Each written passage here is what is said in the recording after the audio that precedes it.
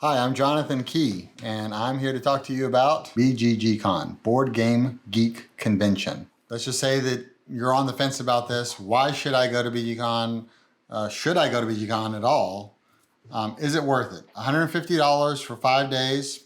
Yeah, I think it's worth it. What can you get out of it? You can play a bunch of board games, access to a huge library of games, make some new friends. It would be a great experience. Is it the right value or time? Everyone has to determine that for themselves. I've been as many times as I can in the last 10 years, and I even go to the spring convention now. So I think it's a good value. I think I get a lot out of it, and it's basically my vacation away from the stresses of life, and it helps me kind of recenter, refocus, and I enjoy hanging out with the community, playing board games. I definitely recommend that. If nothing else, try it once, see if it's for you. I think you won't be disappointed. Let's back up a second and talk a little bit about why play board games. We're going to kind of start with that and then address the convention aspect of things. So board games help people make friends and strengthens already established relationships. So maybe if you're shy, or if you're introverted, or maybe a little socially awkward, or maybe you just haven't found your niche yet, board games can really be that place where you can connect with others. It does create more happiness. Generally speaking, people that are playing board games, they're happier because they have something to engage it with. You move pieces around, there's the aesthetics of it, there's a board.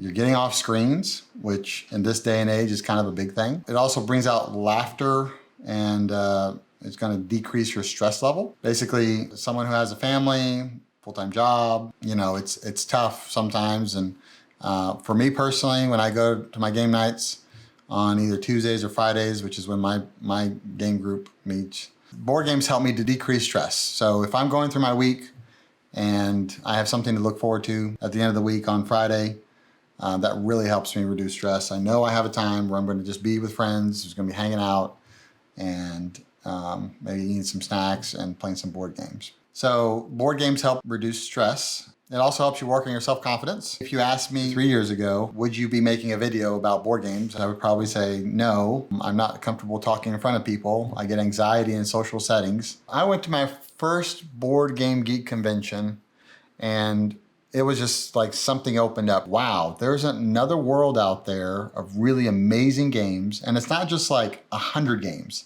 There's like thousands of games out there that I haven't discovered, I haven't played. Basically, it opened my eyes to a whole new world. And while I experienced anxiety there, it also helped me understand that I could overcome some of that and develop self-confidence, enough self-confidence to where I could make friends. Many people who I've known the last almost 10 years, both locally, even internationally.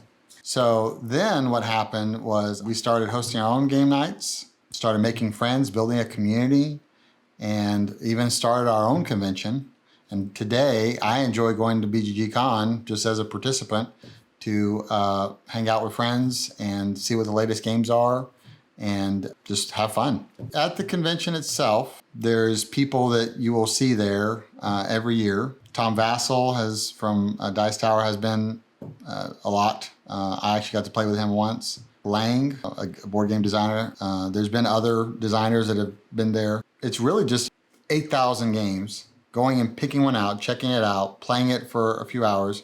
If you can't or don't want to read the rule book, you can watch a video or grab one of the looking for teachers signs and say, hey, I need someone to teach me this game. Invariably, somebody will walk over and say, hey, can I sit down and teach you this game? And yeah, sure. There's also what's called an Orphans and First Timers meetup. You can go meet people there. Every year I create a group chat for my game group, Fort Worth Game Night, and the surrounding Dallas-Fort Worth community. Honestly, you can expect to show up, go to a table, there's a whole ballroom full of people, and just look for the signs that say either looking for teacher or looking for players, and just come up to someone, and if they're looking for players, just say, hey, can I sit down and play this game with you? And 9 times out of 10, they're gonna say, yeah, sure, come on, sit down. Let's just take a step back and say, well, I still feel a lot of anxiety around people. I don't know if this is for me. Why should I go to a convention? Well, there are smaller room areas where you can go that are less noisy. Generally speaking, at BGG Con, everyone is generally friendly and accepting. Board games provide an automatic conversation starter. In the middle of a conversation, you might be talking and cutting up with people. You don't even know their names unless you read their little name tag. And you just spent like 2-3 hours with people, maybe 4, and you had a great time. Everyone is going to be playing games. No one's going to really single you out. Chances are there's a good chunk of people that are also very new. Some of them might even be new to the hobby and are like, what is this board game convention? You also can just go to the game library, check out a game, sit down and read a book, say players wanted, and then learn the game as you go. I mean, or find a teacher that'll help you do that. One of my favorite things to do at the convention, and this may sound strange to some people, but considering that I have anxiety in crowds and meeting new people, in the morning, at least once or twice during the convention, I'll just go up to some random people that I don't know, who don't know me, and just sit down and ask them, hey, can I join your game? Usually I look for the players wanted signs. One time I played a game with people. It was kind of like Agricola. It had sheep in it. It reminds me, I guess, of a Scottish game where you're trying to keep the water from coming in. But basically, we sat down and there really weren't introductions made until kind of halfway through the game. And one guy was explaining the game. He's like, yeah, sure, have a seat. He explained the game. We kind of went over, what the different pieces do. And then we started it. And it was a great time. Like, about halfway through, we're like, oh yeah, we should probably, hey, what's your name? Oh, my name's Jonathan. Oh yeah, Roger, Amy, and it was just like, oh, great. So now I know these people, and it really wasn't that awkward for me because we're sitting here doing something together. Everyone wants to be there. They know they're gonna have fun. They know there's gonna be a lot of opportunities to play games, a lot of games that maybe they don't have access to, because one of the reasons to go to a convention also is to try before you buy. Let's just say that you can make a list of 10 games. Oh, I want to try these 10 games this convention. And you can go pick them out from the library, or you can see if someone's playing them, or you can ask people, hey, do you want to play this game with me? And so test out a game and be like, oh yeah, that was really great. I'm going to add that to my collection. And go on, a website or something and buy the game and have it delivered by the time I get home. Another aspect of conventions, because you have access to so many games, is you can also learn, what do I like and what do I not like in an environment where you don't have to pay thousands of dollars to buy the games that you have access to. BGG has like 8,000 games or more at any given time. You can check one game out at a time and learn the game, play it, or pick up the rule book or watch a video and be like, maybe this game isn't for me after all. So another thing that's really interesting about going to a board game convention is a lot of times the Spiel games and the Spring and the Essen games that are just being launched in the fall will be available in the hot games room. There's a room dedicated to games that maybe are hard to find or hard to get to the table, maybe because they're so new. You can go and play those games.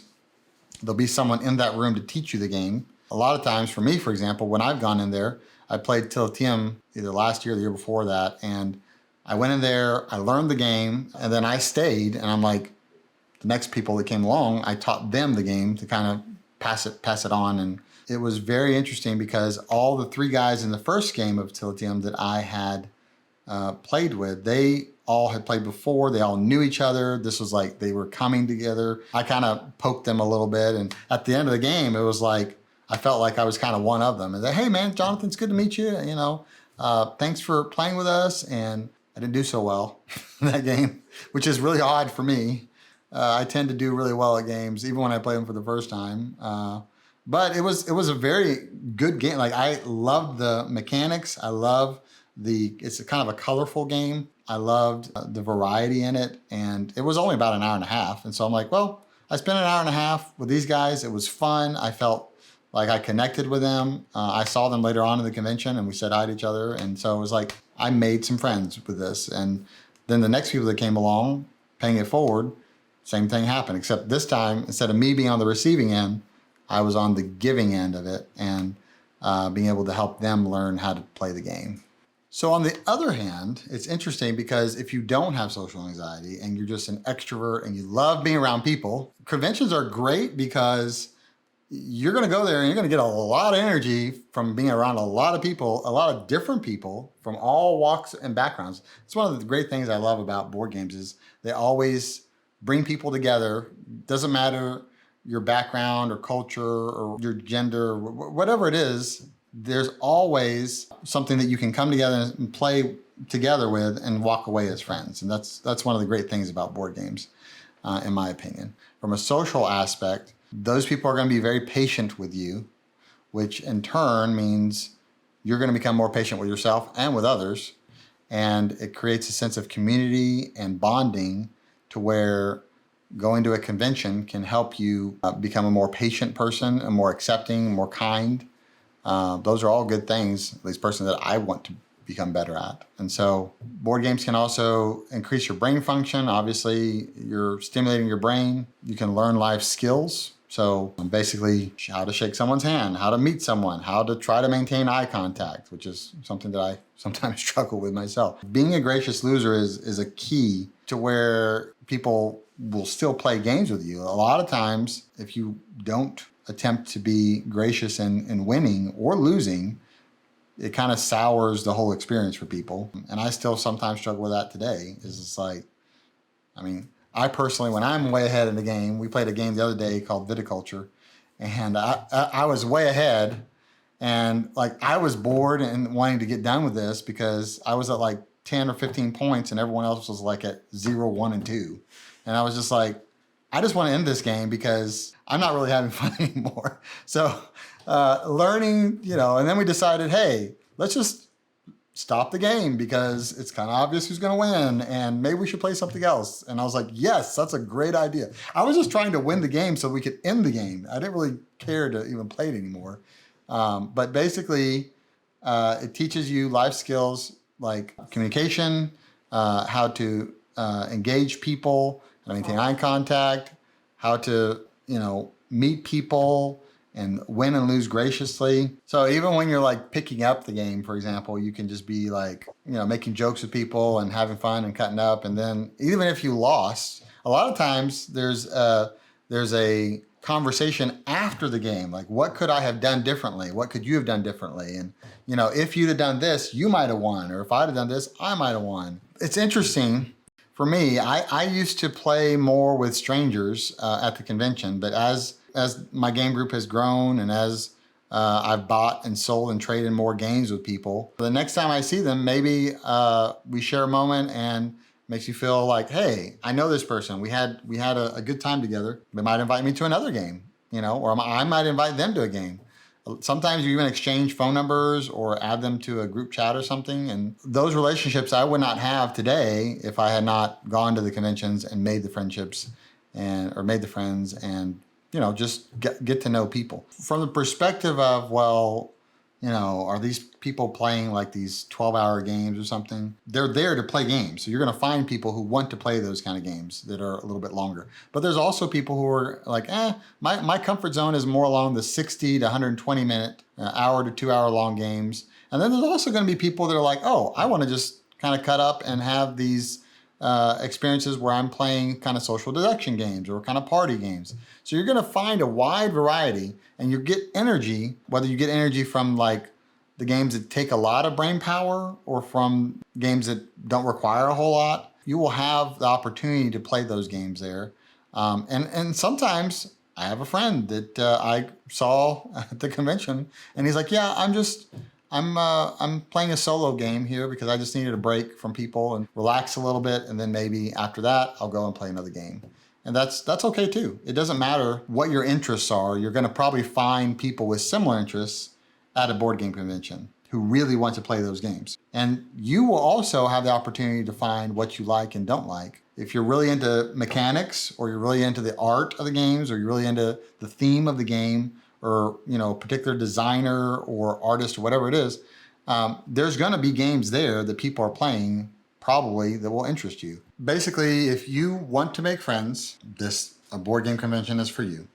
If you want to play games that will challenge you, make you really think, your decisions will matter, then a board game convention is for you. If you are on the opposite spectrum and you just want to play a bunch of silly games and have lots of fun, board game convention is for you. If you want to be in an environment where people respect each other and are kind to each other, and where they're going to teach you games and be open to new friendships and so forth, and then you can turn around and give back, and you can teach the games, and you can be the one contributing, then board game conventions are for you. If you want, like and subscribe, and I'm sure I'll be putting out more of this content and other board game related content soon. Thanks for stopping by.